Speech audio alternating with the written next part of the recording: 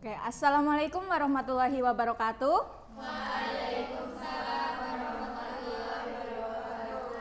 Selamat siang semuanya, apa kabarnya hari ini nih?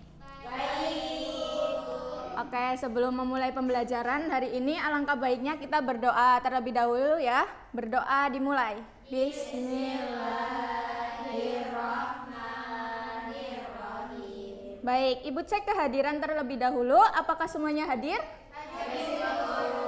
Oke, bagus. Nah, sebelum masuk ke materi hari ini, Ibu akan menyampaikan tentang tujuan pembelajaran pada hari ini ya.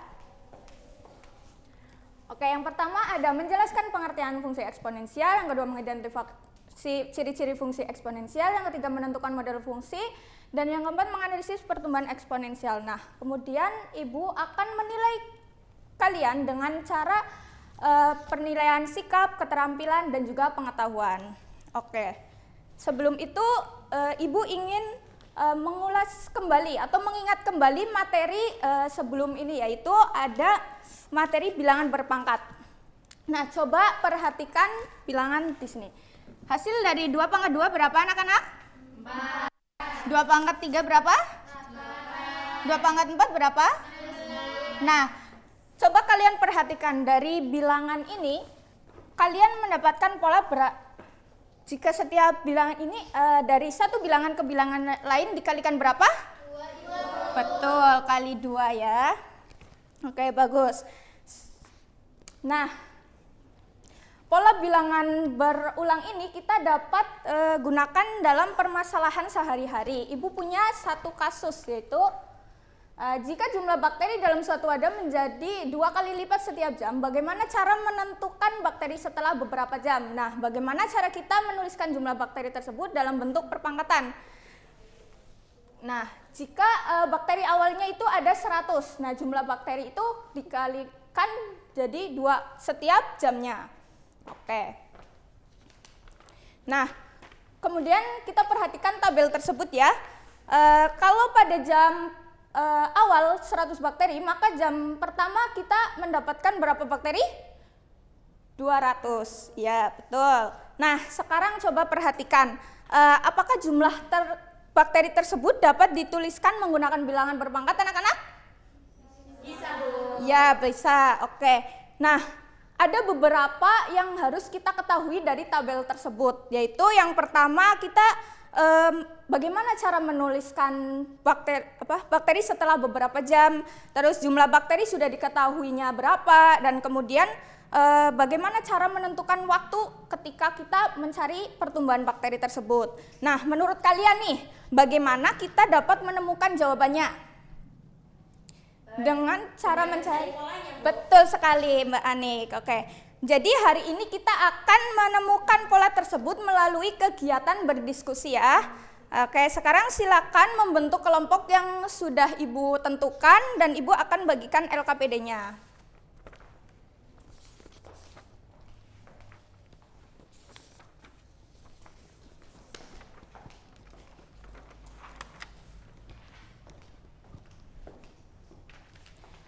Oke, kalian bisa amati tabel pada kegiatan awal ya, yaitu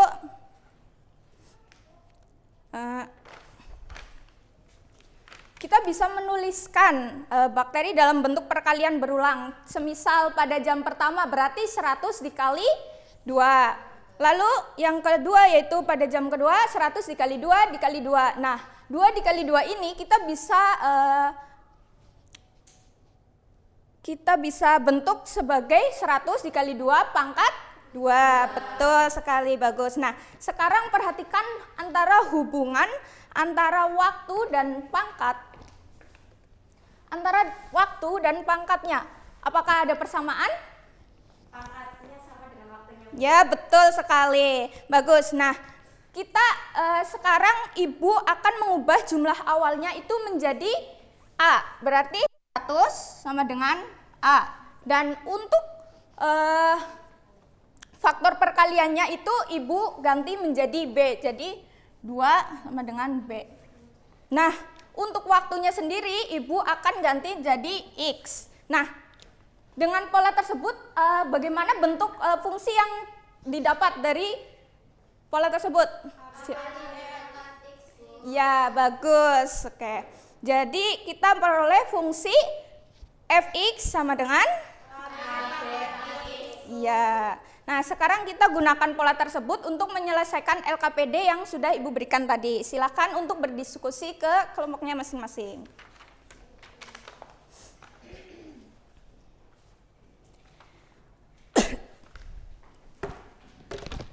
Apakah sudah selesai anak-anak? Sudah. Oke, sekarang Ibu akan berikan permasalahan lain nih. Jika bakteri mencapai 6.400, bagaimana cara kita menentukan waktu yang diperlukan? Coba kita sederhanakan terlebih dahulu. Berapa? 2x sama dengan 64. Nah, 64 ini kita bisa sederhanakan menjadi 2 pangkat. Ya, betul. Berarti x-nya sama dengan 6. Ya. Oke, baik. Nah, kalau kedua rumus mempunyai bilangan pokok yang sama, kita dapat pangkatnya itu diapakan? Disamakan? Betul? Betul. Ya. Oke. Nah, sekarang dari keseluruhan kegiatan tadi, coba ada yang bisa menyimpulkan konsep apa yang kita peroleh dari pembelajaran kali ini? Saya, Bu. Ya, silakan Mbak Rizka. Jadi fungsi eksponensial itu dapat ditulis dalam bentuk fx sama dengan a kali b pangkat x, Bu. Bagus. Oke, artinya apa? Nilai awal, Bu. Oke. Kalau B? Faktor perkalian atau faktor perubahan, Bu. Kalau X? Ya, tepat. Jadi bentuk fungsi umum dari fungsi eksponensial itu kita tentukan adalah fx sama dengan ab pangkat x. Nah, jika bilangan pokoknya sama, pangkatnya diapakan? Disamakan. Betul. Jadi secara umum jika a pangkat m sama dengan a pangkat n sama dengan apabila a lebih dari 0 dan a tidak sama dengan 1, maka pangkatnya disamakan, yaitu m sama dengan n. Nah, sebelum kita akhiri pembelajaran, Ibu akan berikan pemahaman untuk kalian kerjakan di rumah masing-masing. Pada pertemuan selanjutnya bisa dikumpulkan. Silakan kalian catat terlebih dahulu soalnya. Apakah sudah selesai? Oke, apa ada yang ingin ditanyakan? Oke, baik. Terima kasih atas kerjasama kalian. Apabila ada salah kata dari Ibu mohon maaf. Terima kasih. Wassalamualaikum warahmatullahi wabarakatuh.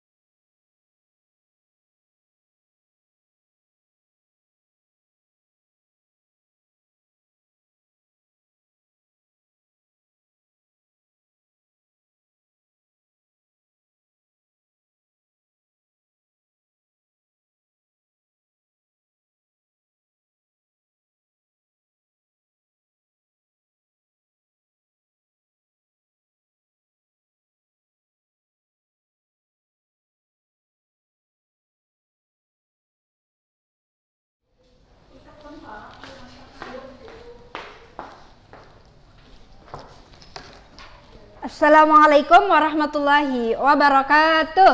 Waalaikumsalam warahmatullahi wabarakatuh. Oke, selamat pagi anak-anak. Apa kabar hari ini? Baik, Bu. Ya, sebelum mulai pembelajaran sebaiknya kita berdoa terlebih dahulu. Berdoa dimulai.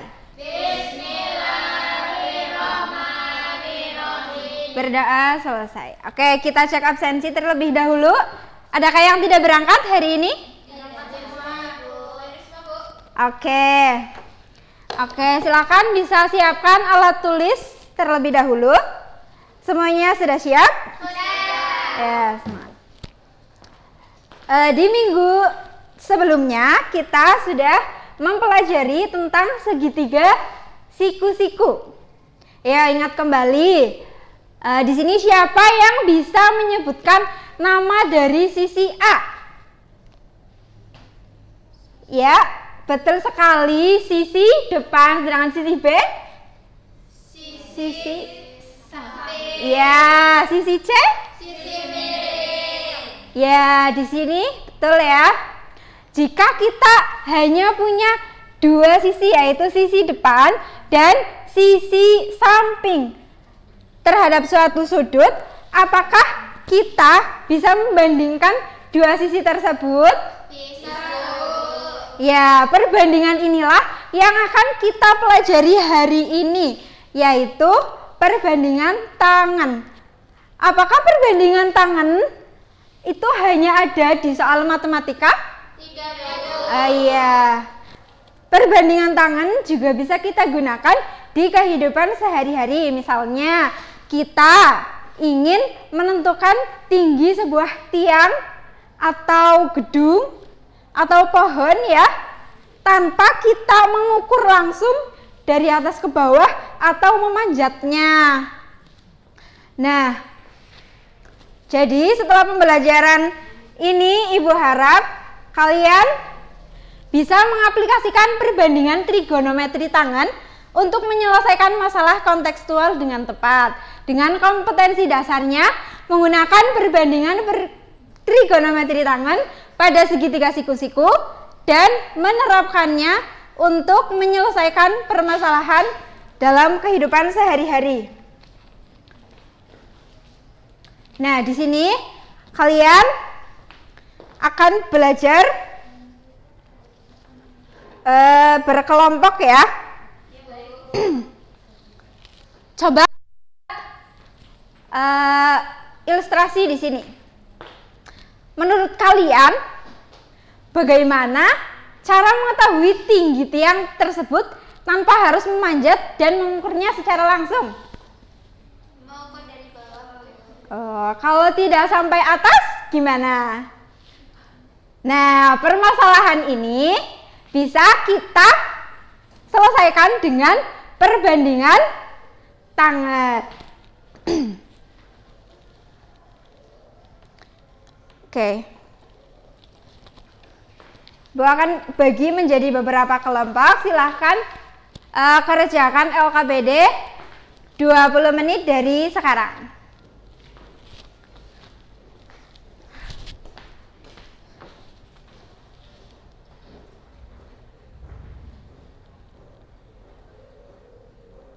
Nah, sebelumnya ya,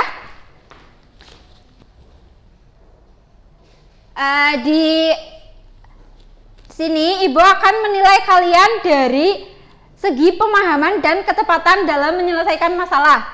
Kemudian kerjasama dan keaktifan kalian dalam diskusi kelompok. Kemudian yang ketiga, kemampuan mengomunikasikan hasil penyelesaian di akhir nanti.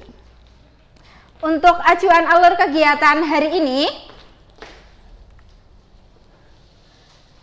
tadi sudah disajikan permasalahan kontekstual di LKPD dan kalian diskusikan dalam kelompok dengan bantuan LKPD tersebut. Terus menentukan penyelesaian menggunakan perbandingan tangan serta kita bersama-sama mengevaluasi dan meninjau kembali apa yang sudah kita pelajari hari ini.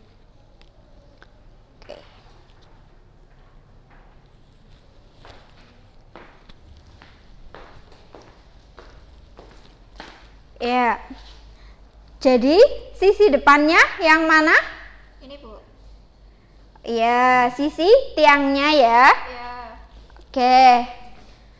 Kalau ini sisi sampingnya yang mana? Ini Bu. Ya, jarak antara siswa ke tiang. Jadi perbandingan apa yang kita pakai? Ya, waktu diskusi sudah selesai. LKPD bisa dikumpulkan.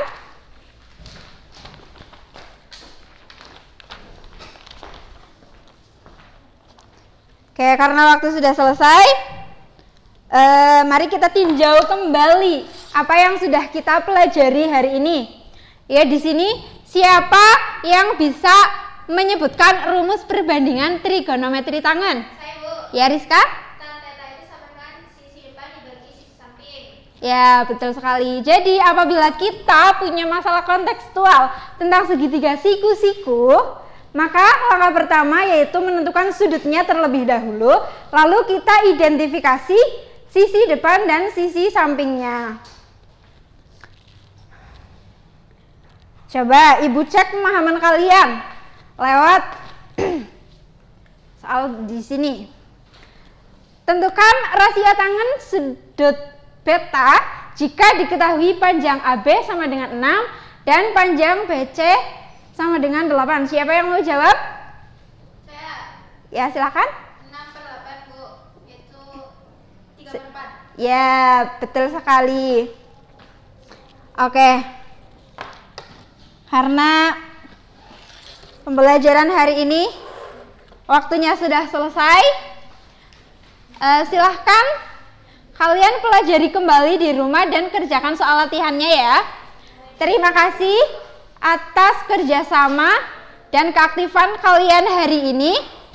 Semoga pembelajaran hari ini bermanfaat. Terima kasih.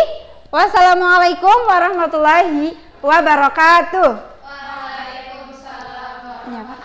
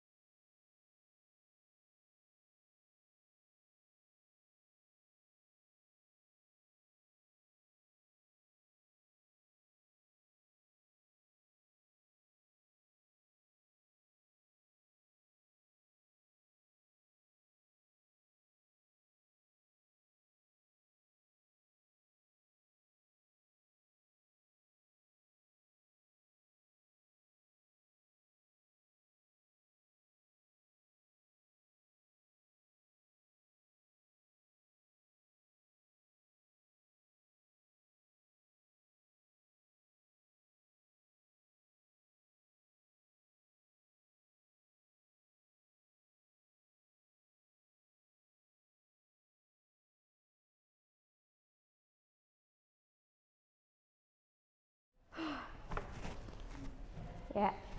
Assalamualaikum warahmatullahi wabarakatuh. Ya, gimana kabarnya anak-anak hari ini? Ya, untuk memulai pembelajaran pada hari ini, alangkah baiknya kita membaca doa terlebih dahulu. Berdoa dimulai. Bismillahirrahmanirrahim. Hari ini ada yang hadir? Hadir semua ya, alhamdulillah. Oke, baik. Ya, sebelum kita memulai materi pada hari ini, kita akan mengingat kembali materi yang sebelumnya. Ya, jadi untuk materi sebelumnya kan kita sudah belajar tentang sisi miring, sisi depan, dan sisi samping. Lah, untuk mengetes nih, apa kalian masih ingat? Ibu mau tanya, ini yang warna kuning sisi apa? Ya, kalau yang ini warna biru. Miring. Ya, kalau yang ini oranye. Samping. Ya, jadi masih ingat berarti ya. Oke, nah hari ini kita akan memiliki tujuan pembelajaran juga, yaitu kalian nanti akan bisa menemukan konsep perbandingan sinus atau biasa kita sebut dengan sin. Lalu yang kedua ada kalian bisa memecahkan masalah sehari-hari menggunakan aturan sinus. Oke. Nah, perhatikan di sini ada segitiga siku-siku ABC kecil dan ADE yang besar ya.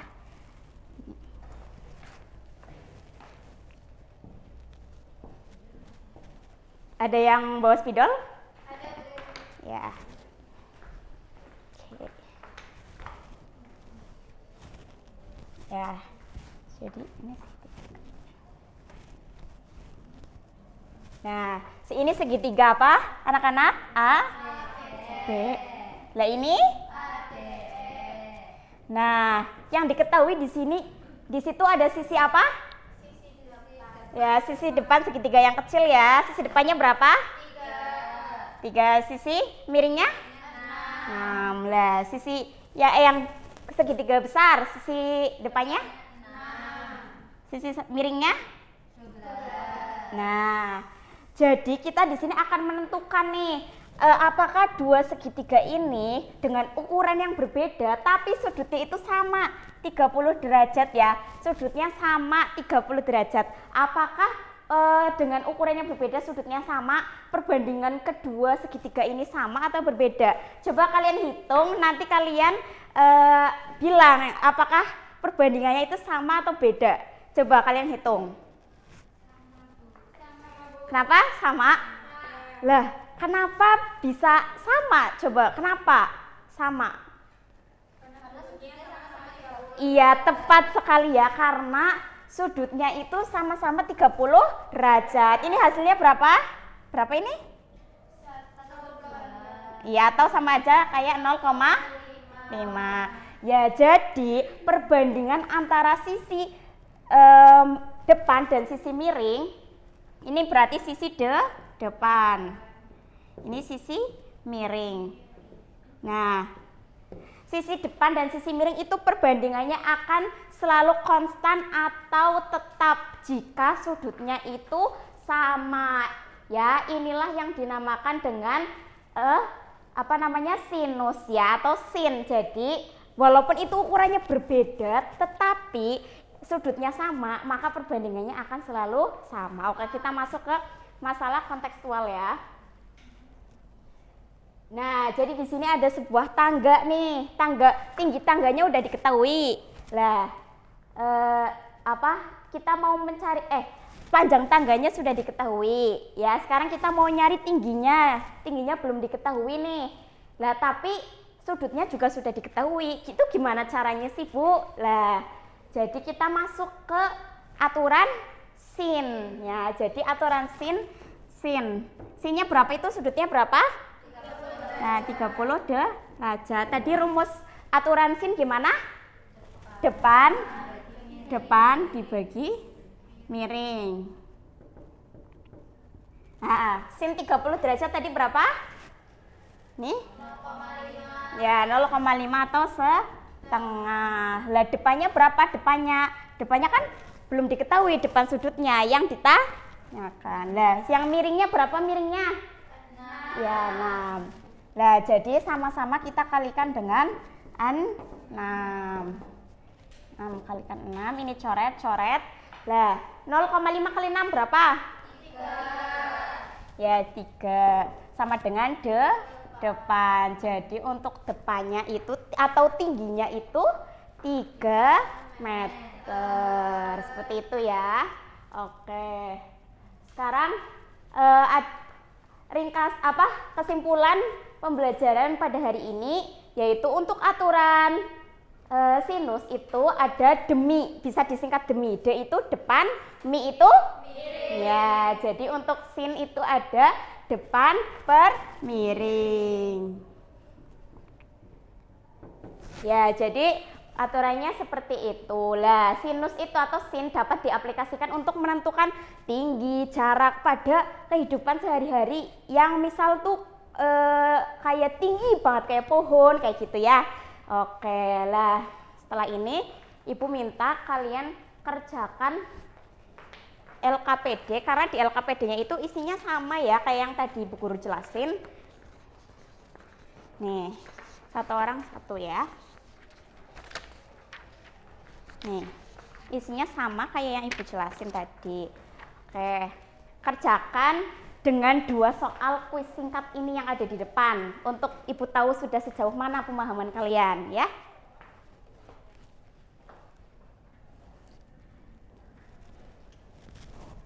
Sepuluh menit dari sekarang ya. Ya, Bu.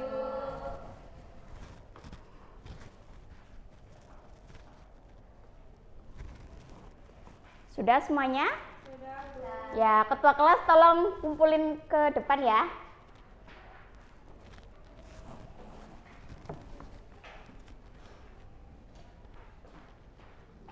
Ya, terima kasih. Ya, jadi untuk kesimpulan sudah, untuk materi minggu besok itu ada materi kosinus atau biasa disebut dengan kos ya. Oke, jadi untuk pembelajaran hari ini cukup sekian ya. Kita tutup dengan bacaan hamdalah bersama. Alhamdulillah. Ya, sekian. Wassalamualaikum warahmatullahi wabarakatuh. Waalaikumsalam warahmatullahi wabarakatuh.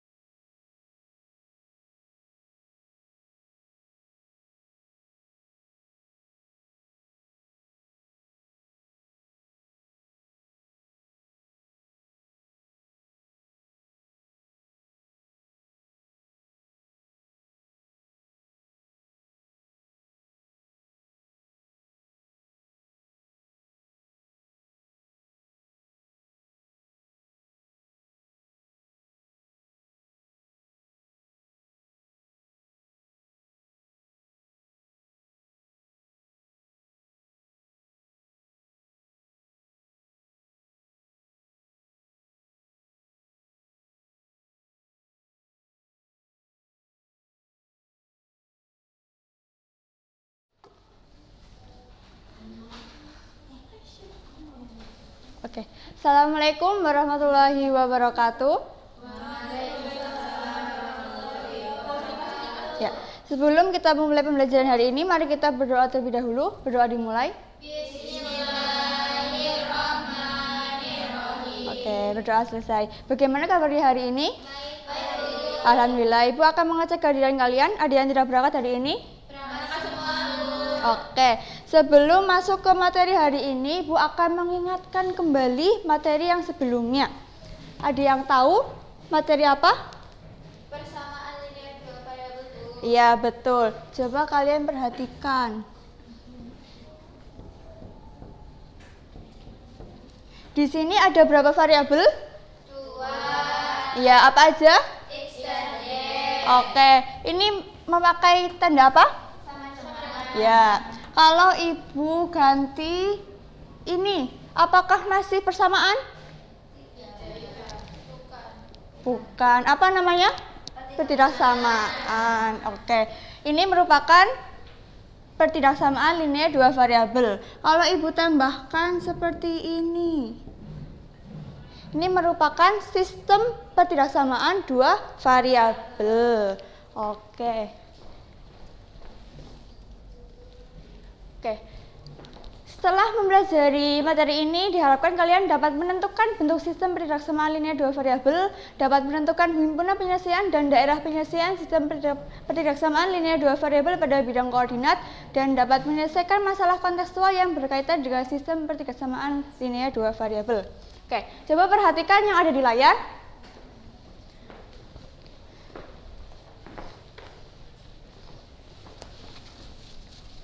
Oke, di situ harga buku ada berapa ribu?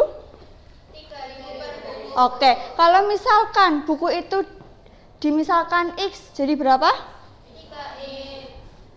3.000. 3.000 X, betul. Kalau misalkan pensil dimisalkan Y? 2.000 Y.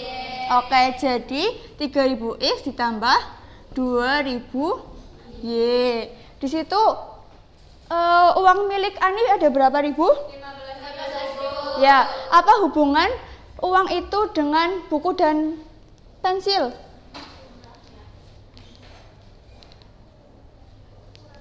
Kurang dari sama dengan Oke, betul. Kurang dari sama dengan 15.000. Kita sederhanakan dibagi 1.000 menjadi 3X ditambah 2Y kurang dari 15. Oke, betul. Di situ Ani hanya dapat membawa 6 barang. Karena dapat paling banyak membawa 6 barang, pertidaksamanya seperti ini. X ditambah Y kurang dari sama dengan 6. Oke, karena Ani itu membeli barang, jadi minimal Ani itu membeli 1. Jadi seperti ini, X lebih dari sama dengan 1, Y lebih dari sama dengan 1. Oke, selanjutnya kita akan menentukan garis batasnya. Jadi pertidaksamaan ini dirubah menjadi persamaan. Coba, Ayo yang ini 3x ditambah 2y sama dengan 15. Kalau misalkan x-nya ini diganti 0 sama dengan 0, berapa y-nya? Ya, 3 dikali 0 ditambah 2y sama dengan 15. 2y sama dengan 15 dibagi 2 sama dengan 7,5. Oke, kalau misalkan y-nya sama dengan 0 berapa? 3x ditambah 2 kali 0 sama dengan 15. 3x sama dengan 15, x sama dengan 15 ya, x sama dengan 5. Ya, ini menjadi 0,7, ya, kalau ini menjadi 5,0. Betul. Kalau yang kedua, x-nya misalkan 0 berapa? 0 ditambah y sama dengan 6. Y sama dengan, oke. Kalau y-nya sama dengan 0? X tambah 0 sama dengan 6. X sama dengan 6. Kalau yang ini? X sama dengan 1. Kalau ini? Oke, kita sudah dapat ya titik-titiknya. Coba sebelum itu coba kalian perhatikan. Kalau tandanya kurang dari, itu garisnya putus-putus. Daerah penyelesaiannya sebelah kiri, sedangkan yang diarsir sebelah kanan. Coba kita terapkan di sini. Untuk persamaan yang pertama 0,7,5. 0,7,5 ada di sini ya? Ya, kalau yang ini 5,0 di sini, betul? Ya, garisnya putus-putus apa utuh? Utuh, betul, utuh. Kita garis utuh. Ya, terus yang diarsir di sebelah mana? Sebelah kanan, betul. Sini yang diarsir sebelah kanan. Oke, untuk yang kedua ini 0,6 dengan 6,0. Garisnya utuh atau putus-putus? Utuh, oke, betul. Utuh. Yang diarsir? Iya, kanan juga, oke. Yang selanjutnya ada 1,0. 1,0 di sini ya, betul? Iya, kita garis. Garis. Diarsirnya sebelah mana? Sebelah kiri, iya betul. Kiri. Yang terakhir 0,1. Diarsirnya sebelah mana? Bawah, betul. Ini merupakan daerah penyelesaiannya. Oke, setelah ini Ibu bagikan LKPD-nya, dikerjakan secara berkelompok sesuai dengan kelompok yang sudah Ibu tentukan ya. Ya, oke. Dikerjakan dalam waktu 5 menit ya, bisa? Oke, dah. Sudah selesai? Sudah. Ya, ketua kelas dapat mengumpulkan LKPD-nya.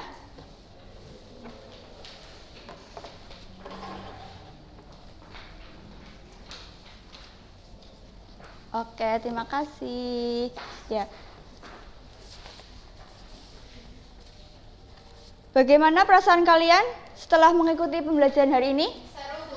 Oke, ya alhamdulillah. Semoga apa yang sudah kita pelajari hari ini dapat bermanfaat. Untuk menutup pembelajaran hari ini, mari kita mengucapkan hamdalah.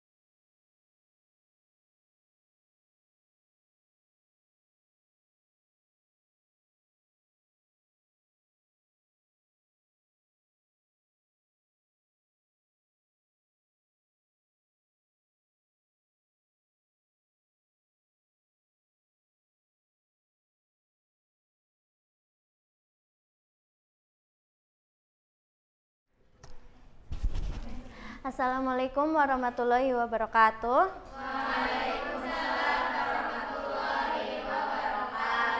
Bagaimana kabarnya hari ini? Baik. Oke, sebelum kita memulai pembelajaran, alangkah baiknya kita berdoa terlebih dahulu. Berdoa dimulai. Bismillahirrahmanirrahim. Nah, apakah ada yang tidak hadir hari ini? Oke, karena bagus ya hadir semua. Oke, sebelum Ibu masuk ke pematerian hari ini, Ibu mau tes nih ingatan kalian tentang materi minggu lalu, yaitu sifat-sifat bilangan berpangkat. Sebelum itu, Ibu mau tanya nih, kalau misal ada 2 kali 2 kali 2, itu bentuk pangkatnya gimana? 2 pangkat 30. Betul, pintar sekali. Nah, kalau misal ada 2 pangkat 3 dikali 2 pangkat 2, sesuai dengan sifat bilangan berpangkat yang sudah kalian pelajari, itu gimana? Ya, betul sekali, pangkatnya dijumlahkan ya. Seperti ini. Bisa kalian baca? Oke.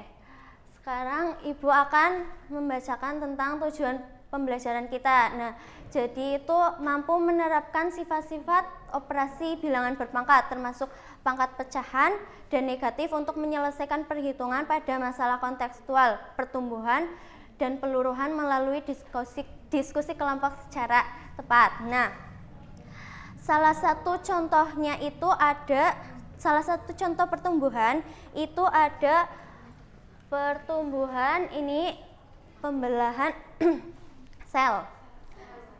Nah, pembelahan sel, misal nih ada sekelompok sel itu membelah berlipat ganda selama 1 jam. Itu kita bisa menggunakan rumus ini.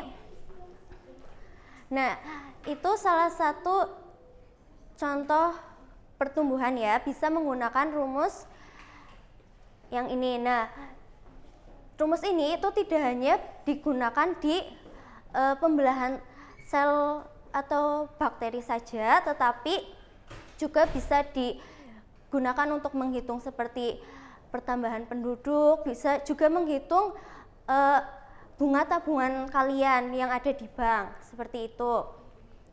Nah, gimana kalau bukan pertumbuhan, tetapi ada zat radioaktif yang meluruh. Nah, itu dikurangi setengah setiap waktunya. Jadinya rasionya itu kurang dari lebih besar dari 1 atau lebih kecil dari 1. Nah, itu yang dinamakan peluruhan. Nah, untuk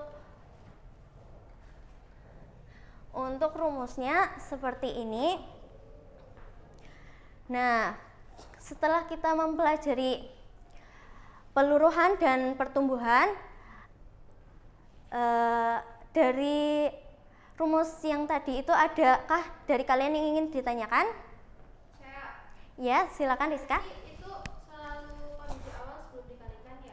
Ya, kalau pertumbuhan itu dan peluruhan itu selalu kondisi awal yang kita masukkan, seperti N0 itu kondisi jumlah awalnya, seperti itu. Nah, karena kalian sudah paham, Ibu akan bagikan lembar LKPD untuk kelompoknya sesuai yang sudah Ibu bagi di pertemuan sebelumnya ya.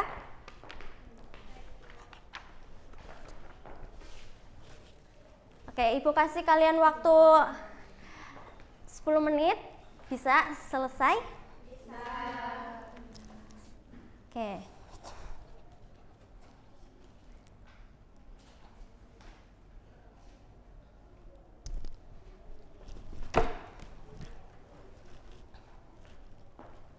Gimana, ada yang dibingungkan? Oke. Ada yang dibingungkan?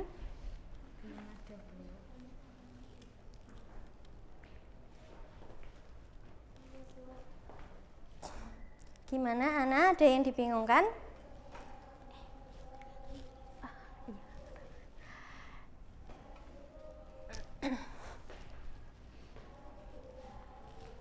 Ya, untuk soal yang peluruhan ya bisa dilihat itu kalian diminta untuk melihat menghitung massa dari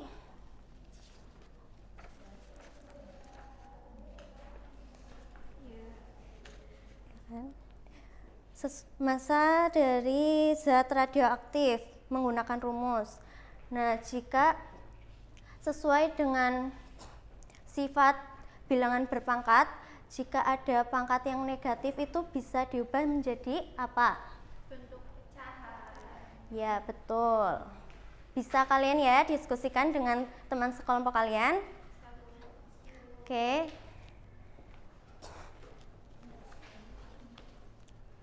Oke, karena waktunya sudah habis, LKPD-nya bisa dikumpulkan ke depan ketua kelas.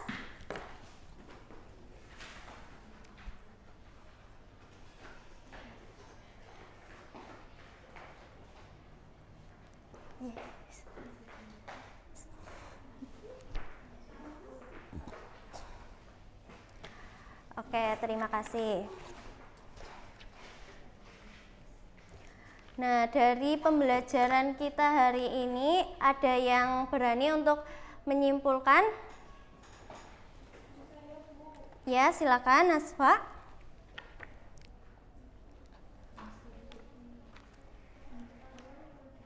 Saya aja, Bu. Ya, silakan Anik. Ya, rumus itu memudahkan kita menghitung nilai angka yang bertambah atau berkurang secepat pakai sifat bilangan berpangkat, Bu. Iya, betul sekali. Tepuk tangan untuk Anik. Oke, jadi rumus tadi pertumbuhan dan peluruhan yang kita pelajari itu bisa sebagai alat bantu kita untuk menghitung ya. Untuk pertemuan berikutnya kita akan coba menghitung dengan konteks permasalahan yang lain. Nah, karena waktu sudah habis, kita tutup dengan hamdalah.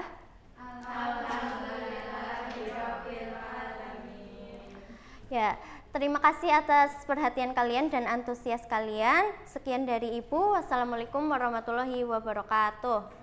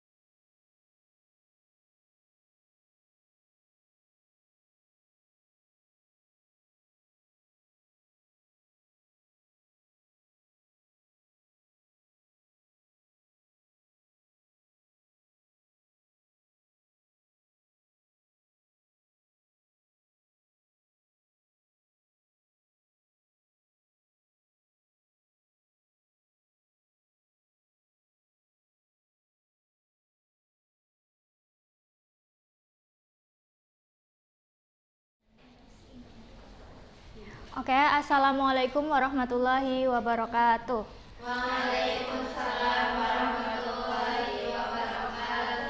Selamat siang semuanya, gimana kabarnya hari ini? Oke, alhamdulillah. Semangat ya, jangan tegang dulu. Kita belajar hari ini santai aja. Yang penting mau mencoba. Jadi kalau nanti ada yang salah nggak apa-apa. Justru itu kita belajar dari kesalahan. Setuju? Oke, sebelum kita masuk ke materi, Ibu akan menyampaikan tujuan pembelajaran kita hari ini, yaitu peserta didik dapat menentukan akar-akar persamaan kuadrat dengan metode pemfaktoran serta menjelaskan proses terbentuknya faktor. Sebelum masuk ke materi, Ibu akan tanya ke kalian nih. Kemarin kan kita sudah mempelajari tentang perkalian bentuk aljabar. Kira-kira kalau x min 2 dikali x min 3 itu hasilnya berapa? X kuadrat plus X plus 6, Bu. Nah, ya betul sekali. Jadi kalian masih ingat ya. Good job. Nah, sekarang nih kalau dibalik misal yang diketahui itu x kuadrat min 5x plus 6. Bagaimana cara kita mengubah kembali x kuadrat min 5x plus 6 sama dengan 0 menjadi bentuk perkalian? Dicari faktornya dulu. Dicari faktornya, ya betul sekali. Jadi untuk mencarinya kita perlu mencari dua bilangan ya. Menurut kalian nih, dua bilangan apa yang kalau dikalikan itu hasilnya 6 dan dua bilangan kalau dijumlahkan itu menghasilkan minus 5? Min 2 dan min 3. Oke, betul sekali. Jadi 5x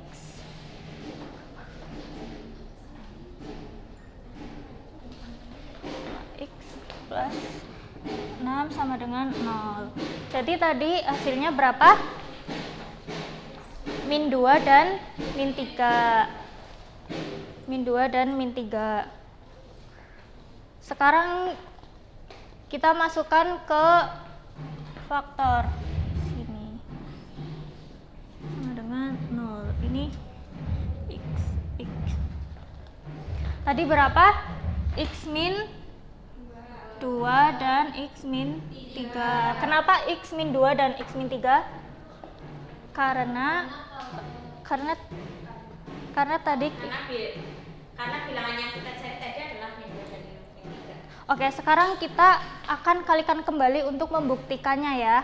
Jadi di sini ya kita bedakan x min 2 dan x min 3. Sekarang kita kalikan ya. Sekarang x kali x berapa?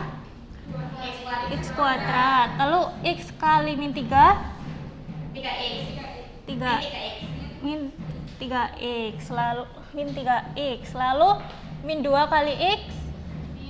Min 2. Lalu min 2 kali min 3? Plus 6. Lalu kita hitung jadinya x2, lalu min 2x ditambah min 3x berapa? Min 5x plus 6. Nah, jadi ini terbukti ya bahwa kalau perkalian ini tuh menghasilkan kembali bentuk x kuadrat min 5x plus 6. Lalu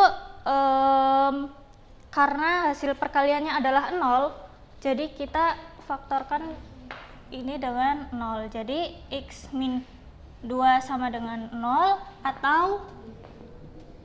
atau x min 3 sama dengan 0. Jadi kita cari x-nya nih. Jadi x ini berapa? 2 atau x sama dengan 3. Nah, jadi ketemu nih akar dari persamaan kuadrat dari x kuadrat min 5x plus 6 adalah x sama dengan 2 atau x sama dengan 3. Nah, jadi benar ya. Sekarang kita coba latihan.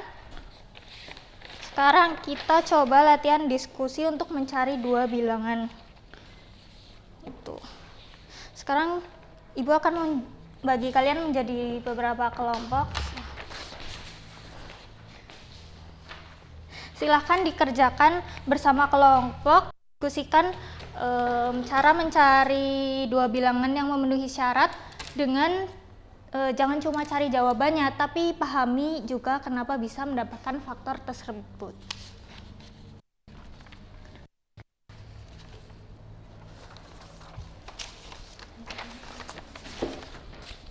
Oke, kelompok ini sudah mulai? Sudah. Oke, lanjut, bagus. Kelompok ini Sudah. Oke, coba didiskusikan lagi ya. Nggak apa-apa kalau belum ketemu. Nggak. Yang penting dicoba dulu. Oke, waktunya sudah selesai. Sekarang satu kelompok silahkan maju untuk mempresentasikan hasil LKPD-nya.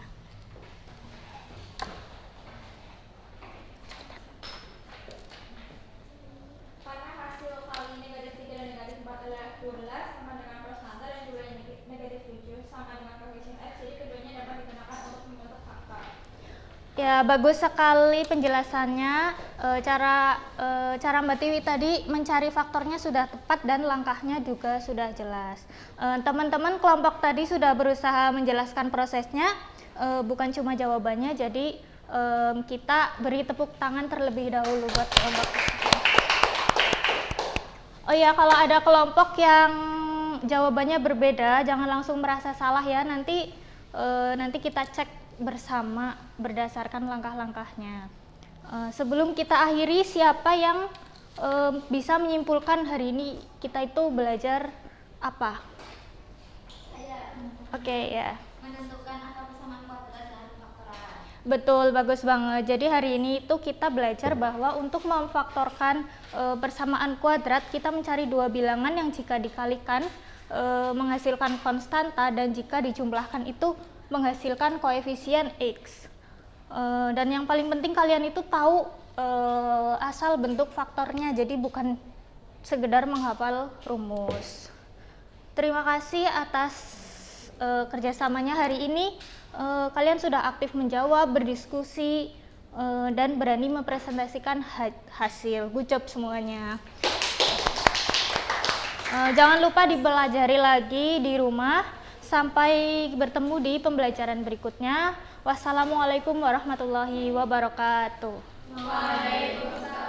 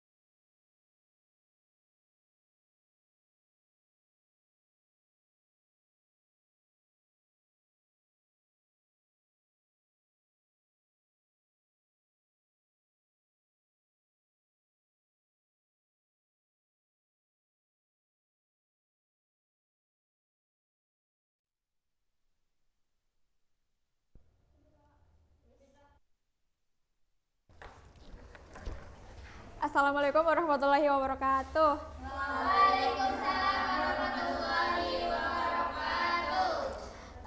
Sebelum mulai pembelajaran, mari kita berdoa terlebih dahulu. Berdoa dimulai.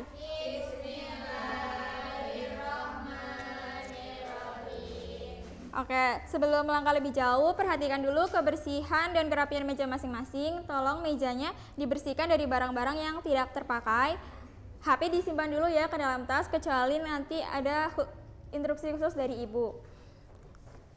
Aturan ini berlaku sepanjang jam pelajaran matematika agar kelas kita tetap tertib. Bisa disepakati? Bisa, Bu. Oke, terima kasih. Kalau sudah rapi, bersih dan kondusif, mari kita mulai. Apakah hari ini hadir semua? Hadir, Bu. Alhamdulillah lengkap ya.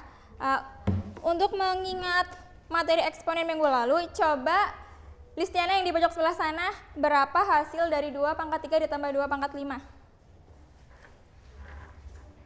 Ngomong aja. Ya, betul sekali. Hari ini kita akan belajar tentang pangkat pecahan dan bentuk akar. Tujuan pembelajaran kita hari ini yang pertama ada menghubungkan pangkat pecahan A/M per N dengan bentuk akar N A pangkat M. Yang kedua menelaah kekeliruan pada penjumlahan dan pengurangan bentuk akar. Yang ketiga memecahkan masalah kontekstual. Oke. Sekarang coba kalian perhatikan pertanyaan pemantik di depan ini. Ada seorang arsitek yang ingin menyambungkan dua papan ini ya, yang apakah totalnya itu menjadi akar 39, yang satu panjangnya akar 12, yang satu akar 27. Apakah betul hasilnya jadi akar 39? Naili? Ya. Sekarang Ibu akan mencontohkan dengan angka lain ya. Misal di sini kita punya akar 9 ditambah akar 16. Akar 9 itu berapa anak-anak? 3. Kalau akar 4, 16? 4. Nah, bagaimana kalau sekarang kita langsung menjumlahkannya? 9 ditambah 16? 24. Nah, hasilnya berbeda kan? Di sini hasilnya 7 dan 5. Jadi, jika ada angka di dalam akar itu tidak bisa langsung dijumlahkan, begitu ya.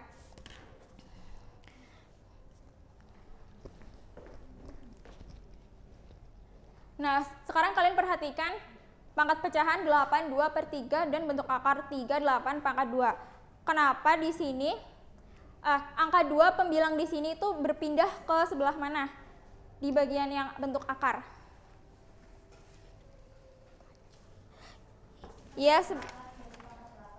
Ya, lalu angka 3-nya? Oke, luar biasa. Jadi kita bisa menemukan konsepnya menjadi A M per N sama dengan akar N A pangkat M. Untuk membuktikannya kita akan mengerjakan di LKPD ini ya. Dengarkan instruksi dulu dari Ibu. Sebelum bergerak, pertama kalian membentuk dua kelompok, kelompok kanan dan kelompok kiri. Dan yang angkat kursinya tanpa diseret-seret ya, biar nggak berisik. Yang ketiga, waktu kalian berkumpul dimulai dari sekarang.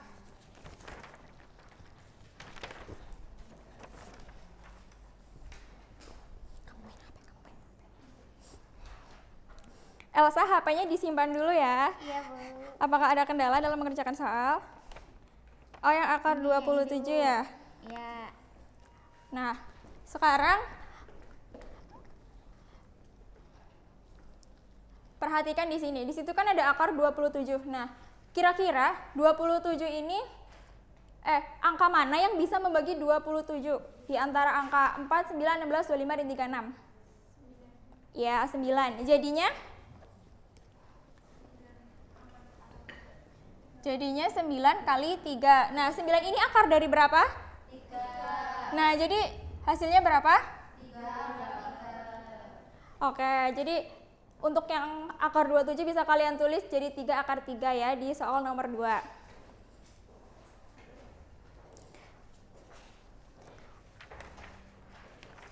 Apakah sudah selesai anak-anak? Sudah, Bu. Sekarang Ibu minta satu perwakilan untuk maju ke depan. Silahkan kelompok kanan maju ke depan. Oke, langsung dibaca.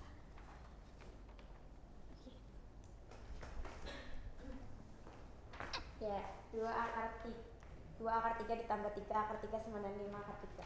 Oke, tepuk tangan untuk kelompok kanan. Nah, di situ kan tadi ada akar 12 ya. Akar 12 ditambah akar 27. Nah, 12 ini kira-kira dari angka situ, dari angka yang di situ, mana angka yang bisa membagi 12? Dari angka yang di slide. Yang di slide 4 ya.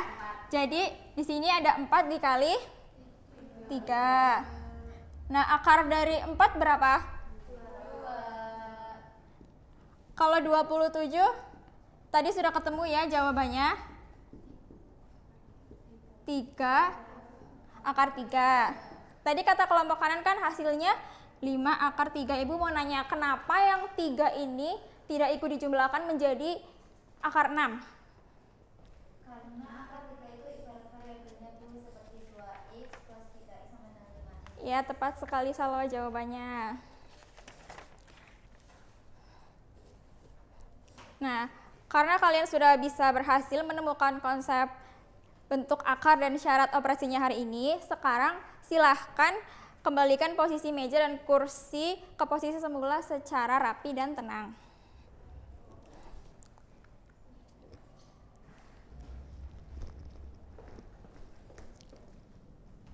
Nah, jadi kesimpulannya, bentuk akar sejenis itu bisa dioperasikan penjumlahan dan pengurangan hanya bisa dilakukan jika angka di dalam akar sama.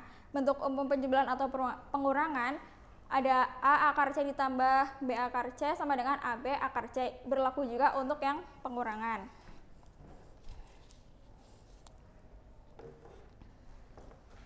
Oke, Ibu rasa cukup untuk hari ini. Sebelum kita mengakhiri pembelajaran hari ini, marilah kita mengucapkan hamdalah bersama-sama. Terima kasih atas kerjasama dan partisipasi kalian. Wassalamualaikum warahmatullahi wabarakatuh. Pencet. Udah kok ya dipencet. Kok kayak coy.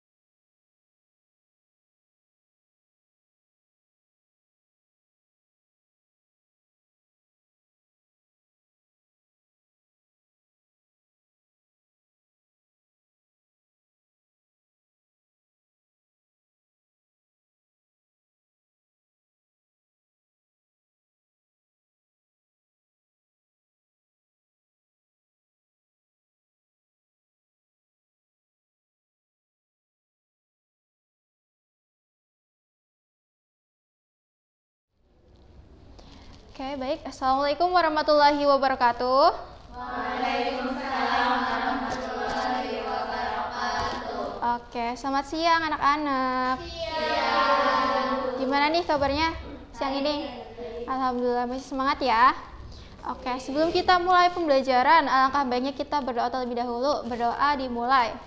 Bismillahirrahmanirrahim. Oke, selanjutnya Ibu mau cek presensi dulu ya. Di antara kalian ada nggak yang nggak berangkat hari ini? Oke, alhamdulillah berangkat semua ya. Oke, sebelum kita masuk ke pembelajaran, Ibu mau tanya dulu nih tentang materi yang sebelumnya kita udah bahas, yaitu tentang median. Nah, di sini ada yang masih ingat median itu apa? Nilai tengah. Betul sekali, nilai tengah ya. Nah, pada kesempatan hari ini kita akan menggunakan konsep median untuk menentukan nilai kuartil, jangkauan interkuartil, dan juga bagaimana kita menginterpretasikan box plot.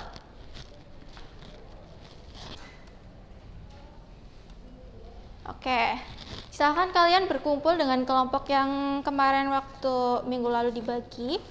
Sekalian Ibu menyerahkan lembar kerja dulu ya. Oke, coba perhatikan. Ada data nilai ulangan nih. Ada data terurut, ada 8 nilai. Ada 60, 65, 70, 70, 75, 80, 85, dan juga ada 90 nih. Nah, dari data tersebut, mediannya itu ada di antara nilai mana aja? 70 dan 75, Bu. Betul sekali ya. Ada di antara 70 dan 75. Berarti mediannya itu berapa? 72,5. Oke, median dalam nilai kuartil itu bisa kita sebut sebagai Q2, itu 72,5. Nah, Q2 ternyata membagi data menjadi dua, yaitu data bagian bawah dan data atas. Nah, data bawahnya itu ada apa aja ya? Ya, terus?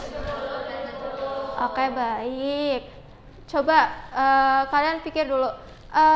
Nilai Q1 atau nilai tengah dari data bawah itu berapa? Coba Ibu kasih waktu 1 menit. Kelompok 1 gimana? Kalian menemukan Q1-nya? Dari 65 dan 70. Oke, jadi berapa Q1-nya? 67,5. Oke, baik. Q1 itu adalah 67,5. Kemudian Q3 dengan cara yang sama ketika kita mencari Q1 dapat berapa? 82,5. Oke, 82,5 ya. Nah, ternyata kita udah menemukan Q1-nya 67,5, Q2-nya 72,5, dan Q3-nya itu 82,5. Nah, coba perhatikan antara nilai Q1 dan Q3. Nah, ketika kita mau mengetahui jarak antara Q1 dan Q2 itu menggunakan operasi apa ya? Pengurangan. Betul sekali, pengurangan. Berarti dalam mata pelajaran kali ini jarak antara Q1 dan Q3 itu dinamakan jangkauan kuartil atau IQR. Nah, Karena menggunakan operasi pengurangan, maka IQR itu dapat kita cari menggunakan Q3 dikurangi Q1. Betul sekali ya.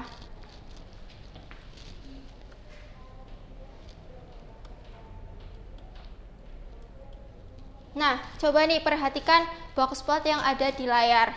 Nah, nilai yang ada di sebelah kiri sendiri itu nilai apa ya? Nilai minimum. Betul sekali. Terus nih, ada garis di tengah-tengah kotak. Ini namanya apa? Q2.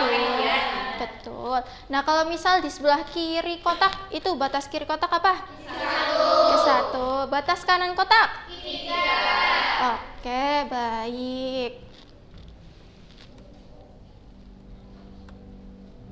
Oke, jadi pada kesempatan kali ini mungkin kalian sudah lumayan paham ya mengenai materi pada kesempatan kali ini. Nah, untuk mengetahui seberapa kalian paham, Ibu mau ngasih soal evaluasi nih. Ada soal evaluasi, silakan kalian kerjakan secara individu selama 5 menit. Nanti setelah itu bisa langsung dikumpulkan di meja depan ya. Oke, baik, silakan dikerjakan.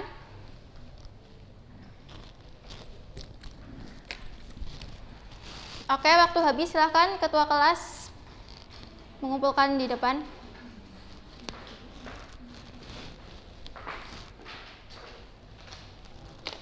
Oke, baik, terima kasih. Oke, jadi pada kesempatan kali ini kita menemukan apa aja ya? Q1 adalah kuartil bawah, Q2 median, Q3 kuartil atas. Betul sekali Mbak Anik. Terus kita menemukan apa aja? Kalau misal kita mau cari IQR itu gimana caranya? Betul sekali. Terus kalau misal box plot itu gunanya untuk apa? Iya, betul sekali ya. Alhamdulillah kalian masih fokus di siang hari ini. Oke, mungkin sebelum Ibu tutup, adakah dari kalian yang masih dibingungkan atau ada yang mau ditanyakan nih? Tidak ada. Baik, siap. Oke. Oke, mungkin untuk pertemuan depan silahkan kalian membaca-baca materi, kemudian belajar yang giat, semangat. Dan bagi yang nanti mau pulang, hati-hati di jalan. Mungkin Ibu tutup sekian ya dengan mengucap hamdalah bersama-sama. Alhamdulillahirabbil alamin. Oke, cukup sekian ya. Wassalamualaikum warahmatullahi wabarakatuh.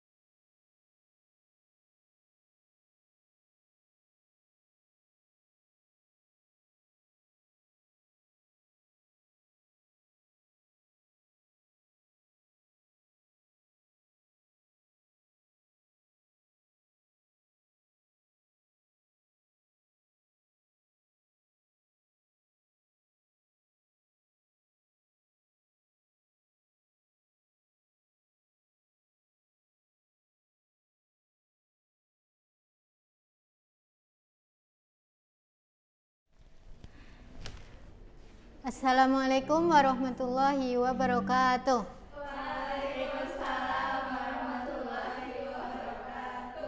Selamat siang semuanya.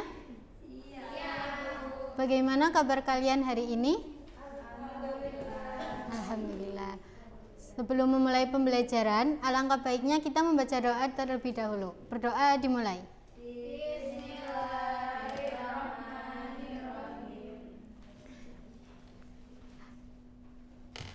Hari ini ada yang sakit atau berhalangan hadir? Hadir semua berarti ya.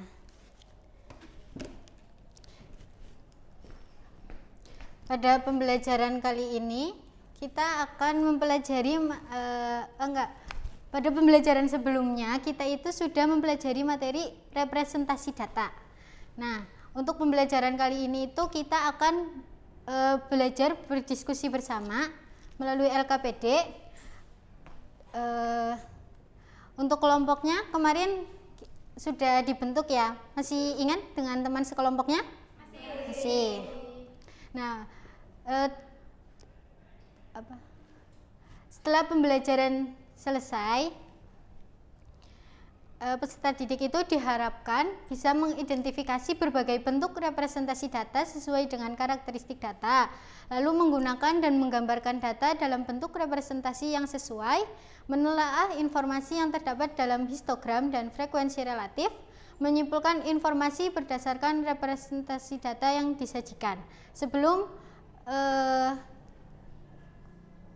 diskusi kelompok, Ibu akan mengulas kembali materi minggu lalu, yaitu tentang histogram. Nah, histogram ini adalah grafik yang menyajikan data berkelompok dalam interval kelas dengan batangnya itu yang berdempetan. Nah, kalau untuk frekuensi relatif itu perbandingan antara frekuensi suatu kelompok data dengan jumlah seluruh data. Silakan sekarang kalian bisa bergabung dengan kelompok yang kemarin sudah Ibu bagi ya.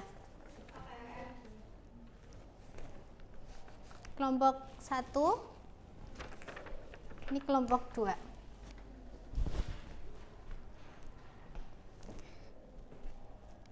Baik, coba semuanya perhatikan data yang ada di LKPD. Di sini ada data waktu belajar 20 peserta didik dalam 1 hari dalam satuan menit.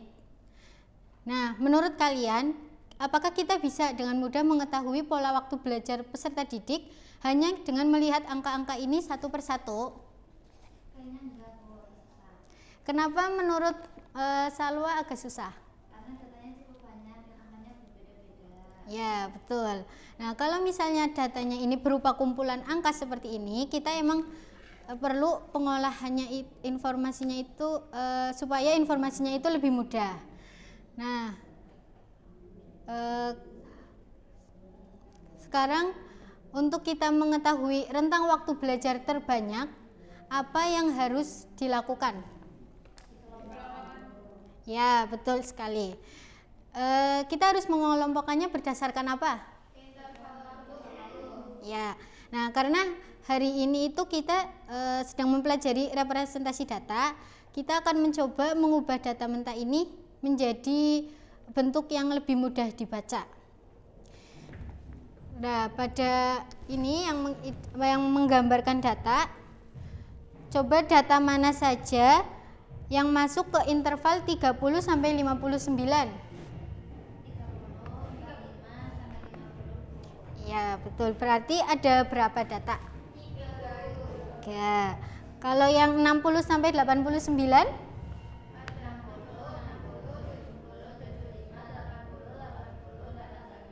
Ya, berarti frekuensinya itu ada berapa? 7. Ya, betul. Nah, sekarang coba kalian lanjutkan untuk interval waktu yang 90 sampai 119 dan 120 sampai 149, 150 sampai 179.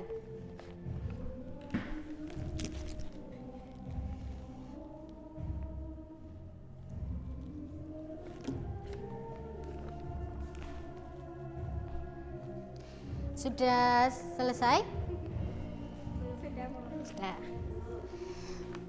Nah, sekarang kan kita ini sudah menemukan tabel frekuensinya. Sekarang setelah menemukan tabel frekuensi, apa yang harus kita lakukan supaya datanya itu mudah untuk kita baca? Ya, betul. Ya, membuat histogram. Nah, untuk membuat histogram itu kan, untuk membuat histogram itu sumbu X atau sumbu yang horizontal itu kita isi dengan interval waktu. Nah, untuk yang sumbu Y atau sumbu vertikal itu kita isi dengan frekuensi. Nah, coba interval mana yang paling banyak?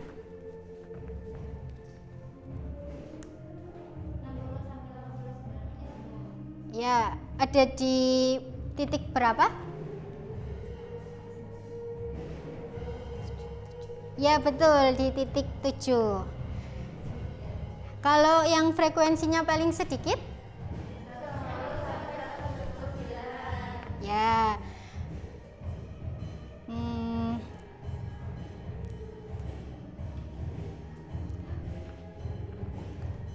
Nah, ada yang bisa menyimpulkan nggak mengenai pola waktu belajar peserta didik?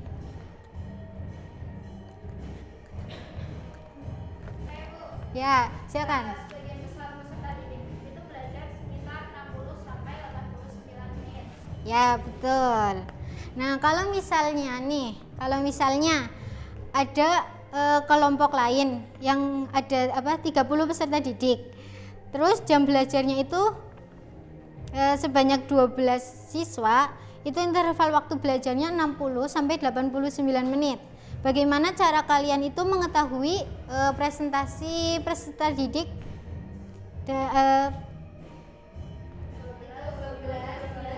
ya. Berapa hasilnya? Iya, betul. Nah, sekali. Nah, itu frekuensi relatif itu menunjukkan perbandingan suatu kelompok terhadap kesesuaian data.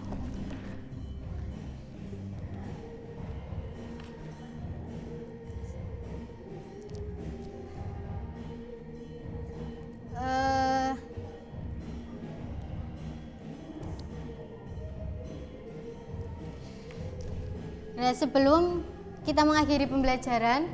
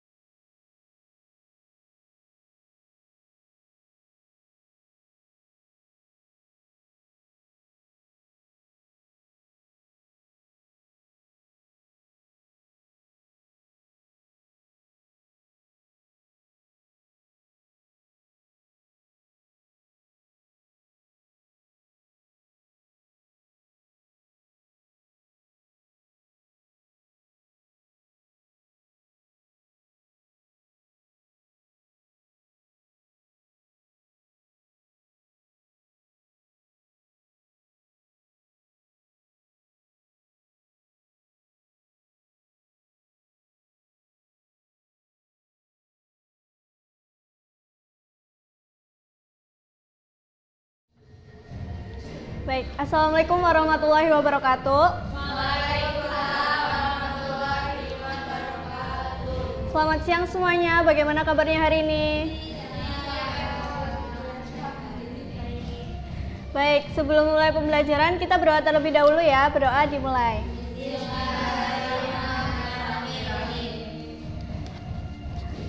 Ibu cek kehadiran terlebih dahulu, apakah semuanya hadir hari ini?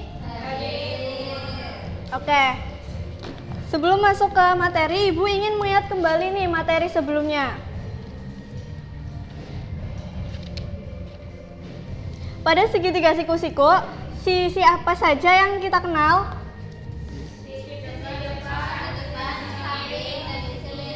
Nah, kalau sisi miring itu yang mana?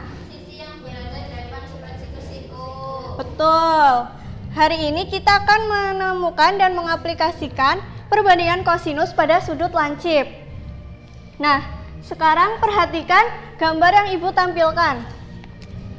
Jika tangga, dinding, dan tanah kita gambarkan, itu akan membentuk bangun apa? Bagus.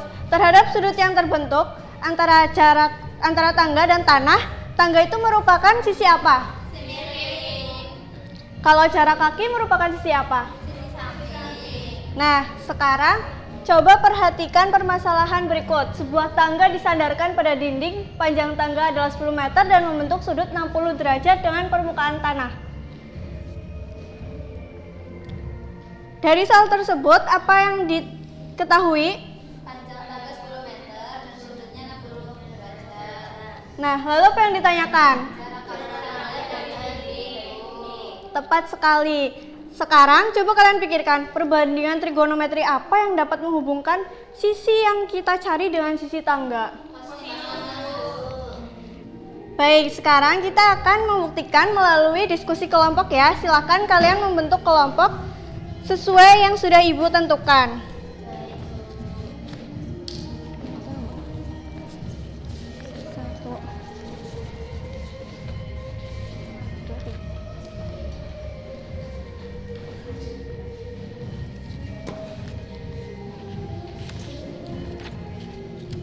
Pada LKPD terdapat beberapa segitiga siku-siku ya.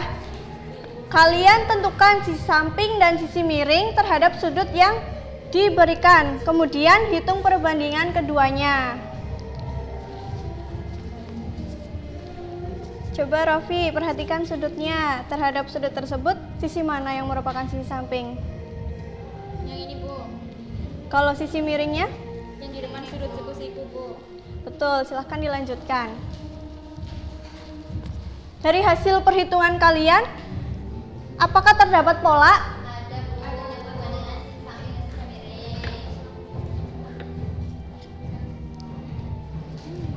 Menurut kalian perbandingan sisi samping dan sisi miring terhadap suatu sudut disebut apa? Kosinus. Betul sekali. Jadi bagaimana bentuk perbandingannya? Nah, sekarang dari pola tersebut digunakan untuk menyelesaikan permasalahan tangga tadi. Silahkan diskusikan sebentar. Ibu tunggu.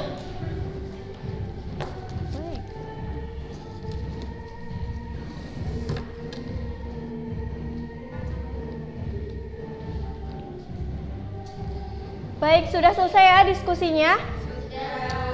Kelompok mana yang bersedia untuk menyampaikan hasilnya? Baik, silakan Mbak Rofi maju ke depan. Diketahui ada tangga 10 meter dan sudutnya 60 derajat. Cara kaki tangga bisa misalkan X. Karena yang diketahui sisi miring dan yang mencari sisi samping, maka cos 60 derajat sama dengan X per 10, setengah sama dengan X per 10, sama dengan 5. Jadi X sama dengan 5 meter. Baik, terima kasih Mbak Rofi. Tepuk tangan untuk Mbak Rofi semuanya. Jadi, apakah semua kelompok hasilnya sama? Sama, Bu. Berarti jarak kaki tangga dari dinding adalah 5 meter. Nah, dari kegiatan yang sudah kalian lakukan, siapa yang dapat menyimpulkan konsep yang kita temukan hari ini? Baik, boleh Baris Tiwi. Bagus. Jadi jika kita ingin menentukan hubungan antara sisi samping dan sisi miring, pada segitiga siku-siku perbandingan yang digunakan adalah perbandingan kosinus. Tepat sekali. Sebelum kita akhiri, Ibu ingin memastikan pemahaman kalian. Jika sisi sampingnya itu suatu segitiga adalah 8 cm dan sisi miringnya 10 cm, berapa nilai kosinusnya?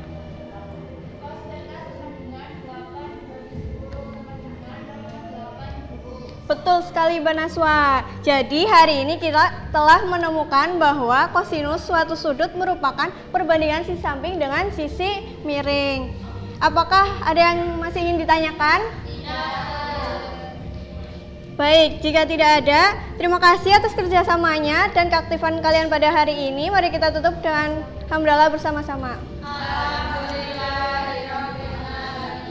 Sekian dari Ibu, terima kasih. Wassalamualaikum warahmatullahi wabarakatuh.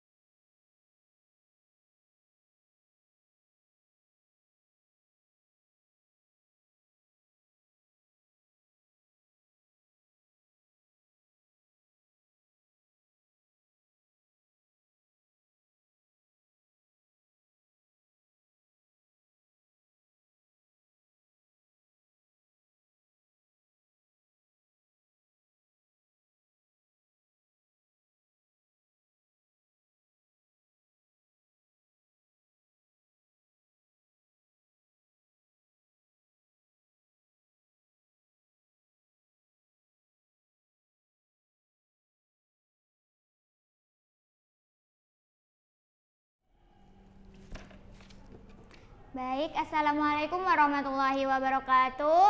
Waalaikumsalam warahmatullahi wabarakatuh.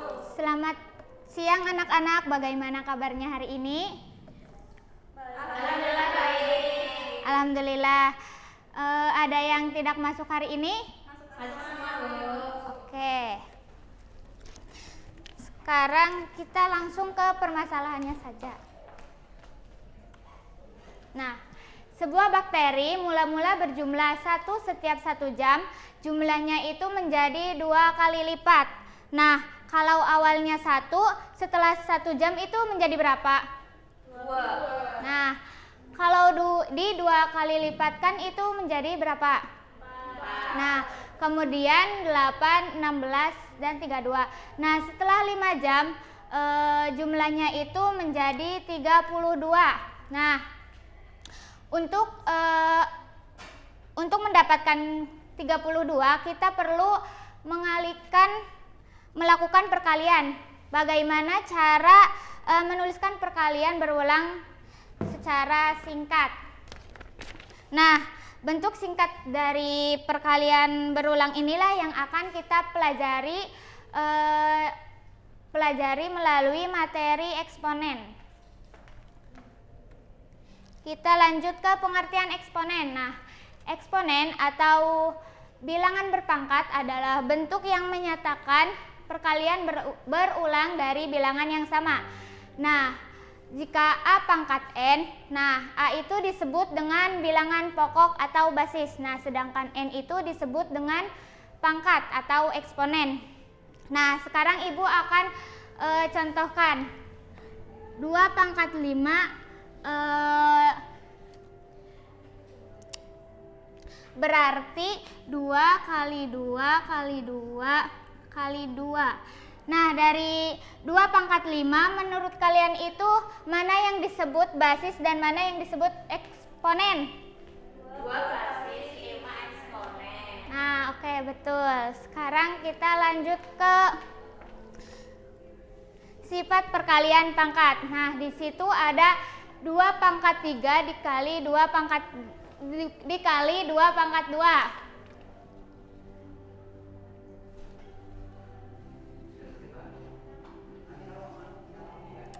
Nah,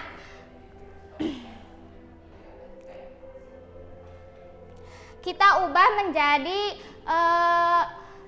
perkalian berulang, yaitu 2 pangkat 3 itu berarti 2-nya itu dihitung 3 kali. Nah, sedangkan 2 itu 2-nya itu 2 kali.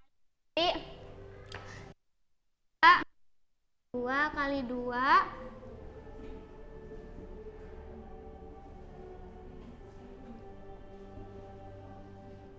Nah, ada berapa faktor 2 keseluruhannya? 5. Oke. Nah, jadi 2 pangkat 3 dikali 2 pangkat 2 itu hasilnya berarti berapa? Oke. Nah, sifatnya itu adalah A pangkat M dikali A pangkat N sama dengan A pangkat M ditambah N.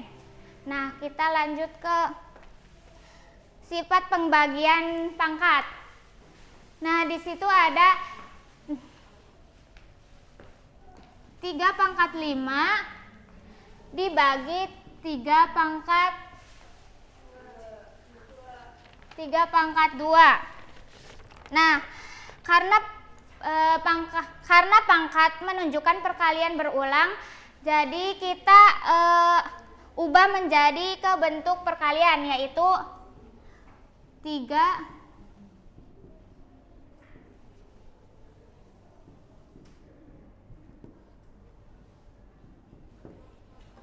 Nah, di pembagian kan ada 5 faktor 3, sedangkan di penyebut ada 2 faktor 3. Nah, karena ada faktor 3 yang sama, kita bisa menyederhanakannya, yaitu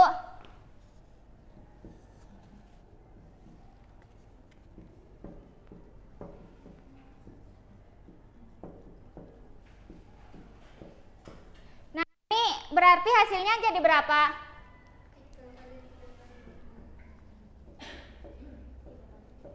Hasilnya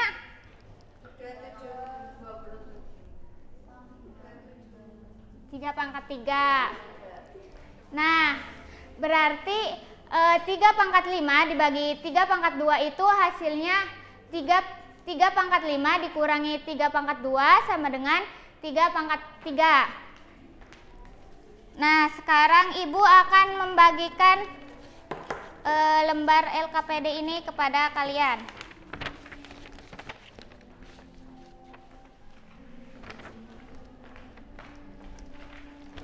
Oke, Ibu kasih waktu 5 menit untuk kalian berdiskusi.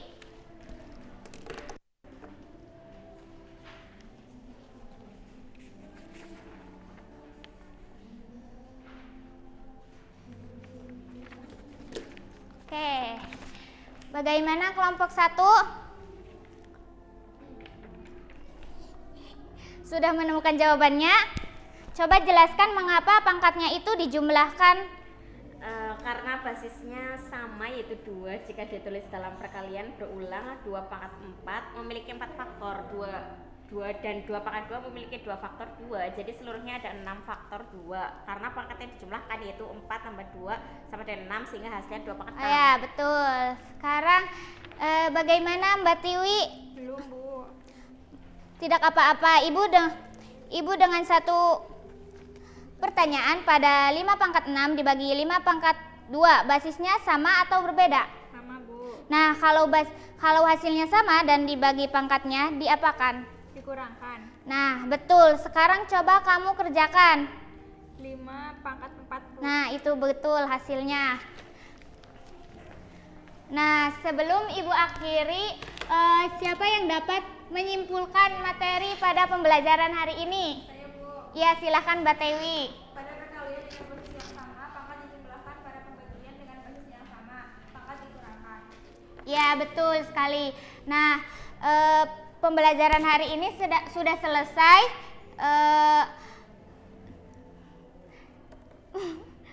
Sudah selesai.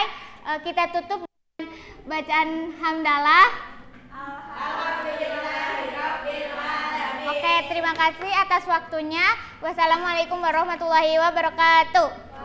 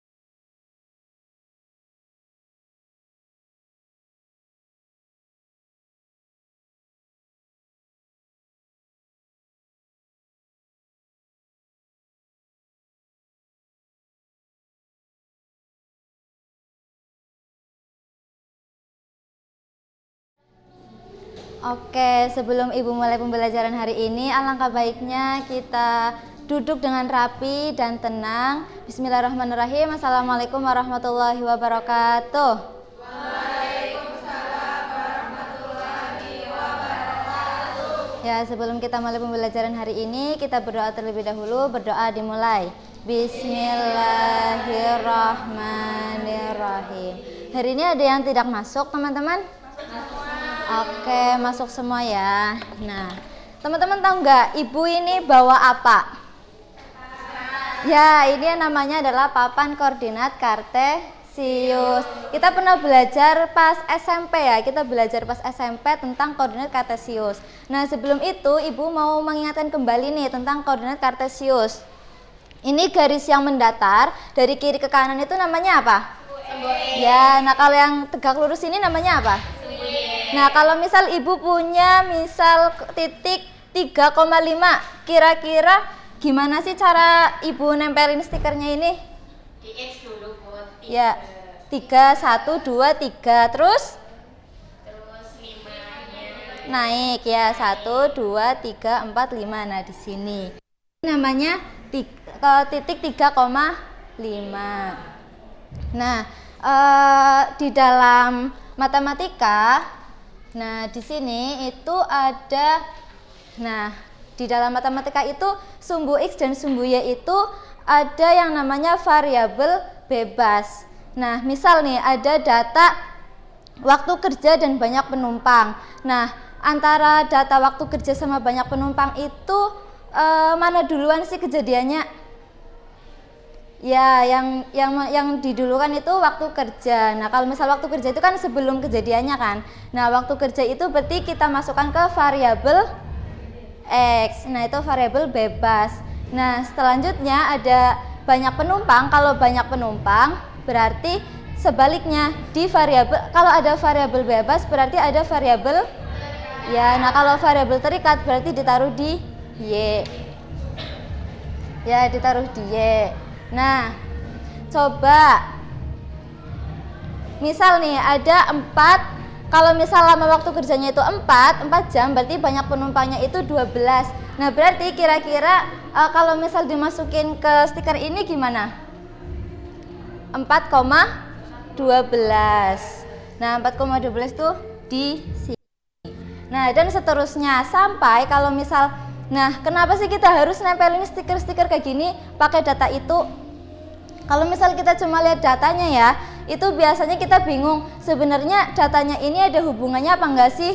Ada korelasinya atau ada kaitannya atau enggak dengan data-data yang lain begitu.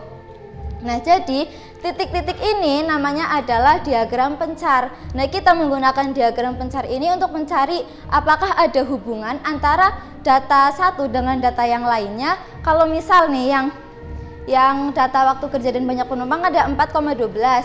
Nah, selanjutnya ada 6,18. 6,18 berarti ada di sini. Nah, selanjutnya sampai seterusnya. Nah, kalau misal kita lihat, kalau misal kita gabungkan, ini akan membentuk garis apa ini? Naik ke atas. Nah, berarti artinya semakin banyak jam kerjanya, berarti banyak penumpangnya juga kemungkinannya semakin banyak, begitu.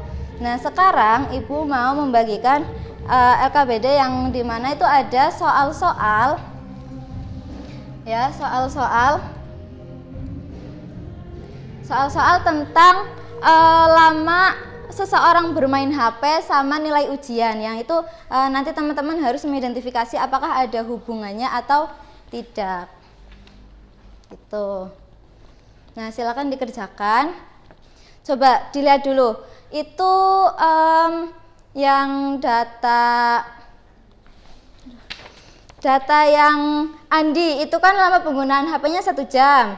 Nah, nilai ujiannya itu dapat 90. Berarti kira-kira ditaruh di sebelah mana? Misal, berarti jamnya lama penggunaan waktu HP-nya itu di variabel X atau variabel Y? X. Nah, terus yang nilai ujian matematikanya di Y. Nah, jadi kalau misal 1 jam berarti kan di sini 1. Nah, terus yang 90-nya berarti di sini. Nah, begini. Nah, selanjutnya kita langsung ke yang 2, Budi, Cici, Diri, Eko dan seterusnya. Coba Ibu mau lihat di kelompok 1, kira-kira kalau misal udah menjadi titik-titik gini, terus kalau disatuin itu jadi membentuk grafik apa itu? Grafik menurun. Oke, kalau menurun berarti itu ada korelasinya apa? Korelasinya kalau penggunaan HP-nya tambah lama, nanti nilainya tambah turun. Oh iya, begitu. Oh iya, oke, begitu. Jadi begitu ya. Nah, terus untuk kelompok yang ini, coba dilihat, ini ada ini yang bagian ini, pencilan. Nah, itu kan kalau misal ada seorang siswa itu menggunakan HP-nya 1 jam. Nah, tapi dia itu dapat nilainya 20. Nah, berarti kan nggak sesuai sama data-data yang ada kan. Nah itu namanya adalah pensilan karena dia itu keluar dari garis yang ada begitu. Gitu ya teman-teman semua. Jadi ada yang ingin ditanyakan? Ya, kalau misal sudah selesai bisa langsung dikumpulkan ya LKPD-nya.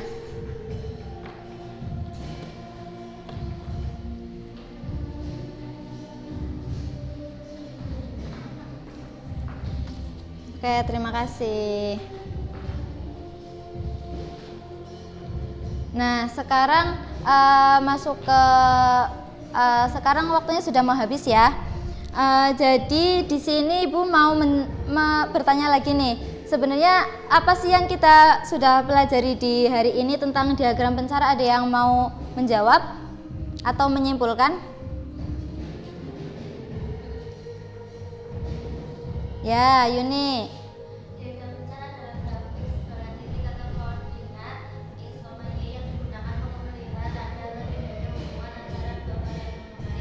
Ya baik. Nah, terus gimana sih hasil pengujian hipotesis yang kita cari tadi terkait kasus penggunaan HP dan juga nilai ujiannya? Ya.